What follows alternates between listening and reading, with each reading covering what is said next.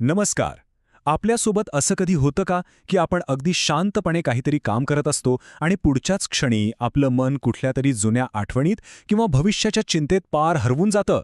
एका विचारातून दुसरा, मग तिसरा आणि बघता बघता आपण विचारांच्या एका वेगळ्याच दुनियेत पोहोचतो.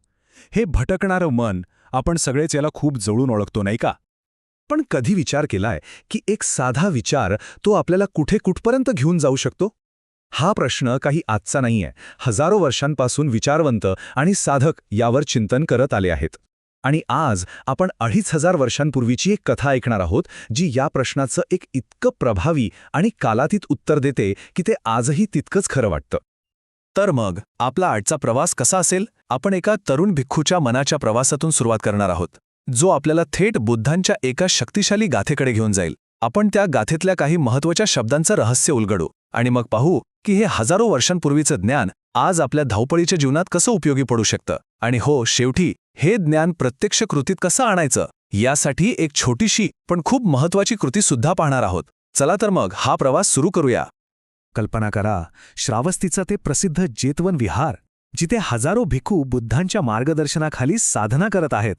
सगळीकडे एक शांत, पवित्र वातावरण आहे. याच वातावरणात संघरक्षित नावाचे एक ज्येष्ठ थेर म्हणजे एक अनुभवी भिक्खू राहत होते. त्यांच्या भगिनीच्या मुलाने म्हणजे त्यांच्या भाच्यानेही सांसारिक जीवनाचा त्याग करून भिक्खू दीक्षा घेतली होती. त्याचं नावही संघरक्षितच ठेवण्यात आलं. तर झालं असं की एका वर्षावासानंतर हा तरुण संघरक्षित मोठ्या उत्साहाने आणि प्रेमाने आपल्या मामांना भेटायला आला. त्याने स्वतः विणलेले एक सुंदर चिवर म्हणजे वस्त्र त्यांना अर्पण केलं. पण थेरांकडे आधीच पुरेशी वस्त्र होती, म्हणून त्यांनी ते अगदी नम्रपणे नाकारलं. तरुण भिक्खूने खूप आग्रह केला, मामा, हे माझ्याकडून एक लहानसं प्रेम आहे, एक भेट आहे, स्वीकारा ना. पण थेर आपल्या निर्णयावर ठाम राहिले. आता हा साधासुद्धा नकार त्या तरुण भिक्खूच्या मनाला मात्र बाणासारखा लागला. त्याच्या मनात विचारांचं वादळ उठलं. मी इतक्या प्रेमाने आलो, पण माझे मामा माझ्याशी साधी वस्तूही स्वीकारायला तयार नाहीत. म्हणजे माझ्या अस्तित्वाची, माझ्या प्रेमाची इथे काहीच किंमत नाही. मग या संघात राहून तरी काय उपयोग? आणि मग बघा, एका क्षणात त्याच्या मनात विचारांचं एक असं काही चक्र सुरू झालं की बस, एका निराशेच्या ठिणगीने त्याच्या मनातल्या मनात एक संपूर्ण आयुष्यच पेटवलं. तो विचार करू लागला, मी आता संघ सोडून देणार. हे चिवर विकून एक बकरी घेईन, तिला पिल्लं होतील, बघता बघता मी श्रीमंत होईन आणि लग्न करेन. मला एक गोंडस मुलगा होईल. मग एके दिवशी मी, माझी पत्नी आणि मुलगा बैलगाडीतून थाटात मामांना भेटायला येऊ. रस्त्यात मी म्हणेन की बाळाला माझ्याकडे दे, तर ती हट्टाने म्हणेल की तुम्ही गाडी चालवा. आमच्या भांडणात बाळ गाडीतून खाली पडेल आणि चाकाखाली चिरडून जाईल.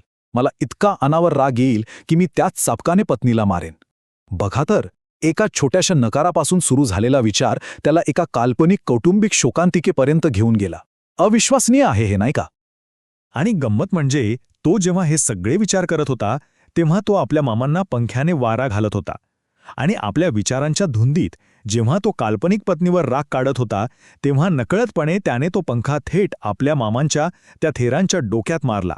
त्याच्या मनातील हिंसेने कल्पनेची सीमा ओलांडून वास्तवात उडी घेतली होती.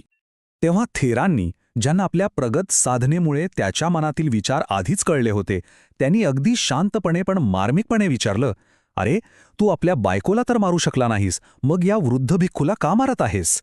हे शब्द ऐकताच तरुण भिक्खू पार हादरला.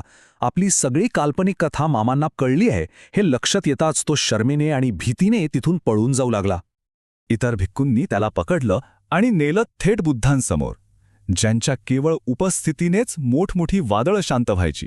जेव्हा बुद्धांना सगळा प्रकार कळला, तेव्हा त्यांनी या घटनेकडे एक चूक म्हणून नाही पाहिलं, तर एका गहन शिकवणीची संधी म्हणून पाहिलं.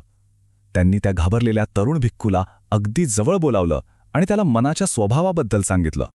आणि तेव्हा त्या तरुण भिक्खूच्या निमित्ताने बुद्धांनी संपूर्ण मानवजातीसाठी ही अजरामर गाथा सांगितली. अगदी शांतपणे, एकाग्रतेने ऐका. दूरंगम एकचरम असरीरम गुहासयम ये चित्तम संयमिस्संती मोखंती मारबंधना.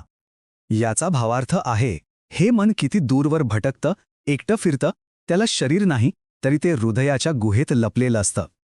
जे या चंचल मनावर संयम मिळवतात तेच मार म्हणजे मृत्यूच्या वासनेच्या बंधनातून मुक्त होतात.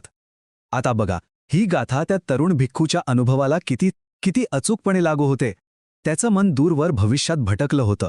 एकट्यानेच संपूर्ण कथा रचली होती आणि ती त्याच्या हृदयाच्या गाव्यातूनच तर उगम पावली होती, नाही का? ह्या गाथेचं खरं रहस्य उलगडण्यासाठी त्यातील 2 पाली शब्द म्हणजे जणू 2 किल्ले आहेत. हे शब्द आपल्याला मनाच्या कार्याचं कुलूप उघडून देतात. चला ते समजून घेऊया. पहिला शब्द आहे एकचरम, म्हणजे एकटं फिरणारं. ही एक खूपच महत्त्वाची कल्पना आहे. आपल्याला नेहमी वाटतं की आपलं मन एकाच वेळी अनेक गोष्टी करतं, ज्याला आपण मल्टीटास्किंग म्हणतो. पण बुद्ध म्हणतात की आपलं मन एका वेळी फक्त एकच विचार करू शकतं.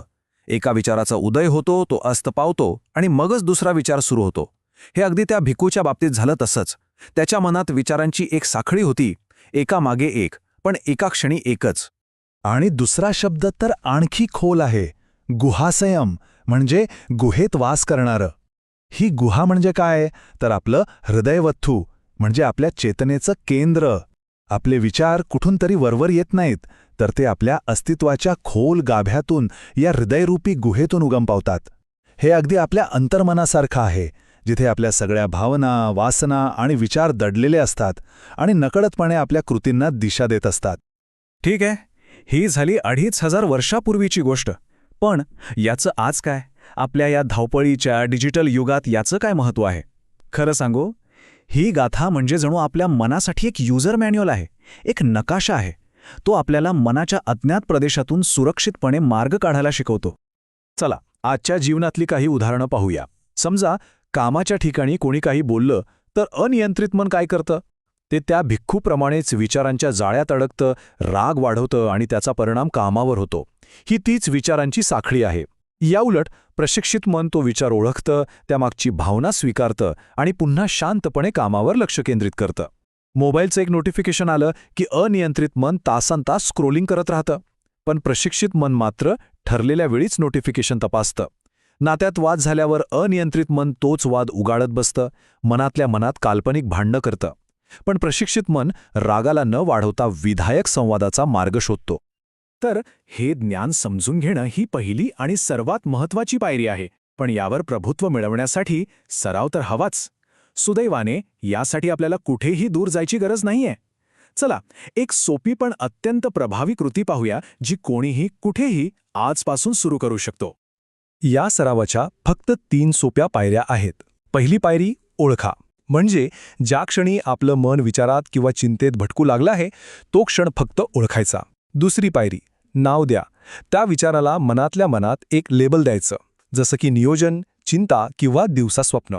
आणि तिसरी, सगळ्यात महत्त्वाची पायरी, स्थिर व्हा. आपलं लक्ष हळुवारपणे आपल्या श्वासासारख्या एखाद्या शारीरिक संवेदनेवर किंवा जमिनीवर असलेल्या पायांच्या स्पर्शावर परत आणायचं. बस इतकंच. आणि ह्या कथेचा शेवट आपल्याला दाखवतो की हे ज्ञान किती परिवर्तनकारी आहे. बुद्धांची ही शिकवण ऐकल्यानंतर तोच तरुण भिक्खू, ज्याचं मन एका क्षुल्लक कारणावरून हत्येच्या कल्पनेपर्यंत भरकटलं होतं, तो ज्ञानाच्या पहिल्या पायरीवर म्हणजे सोतापत्ती अवस्थेला प्राप्त झाला. एका शिकवणीने त्याच्या मनाच्या प्रवासाची दिशाच बदलून टाकली. तर मग हे साधन आता आपल्या सर्वांच्या हाती आहे. प्रश्न फक्त एवढाच आहे की आपण आपल्या मनाला प्रशिक्षित कसं करणार.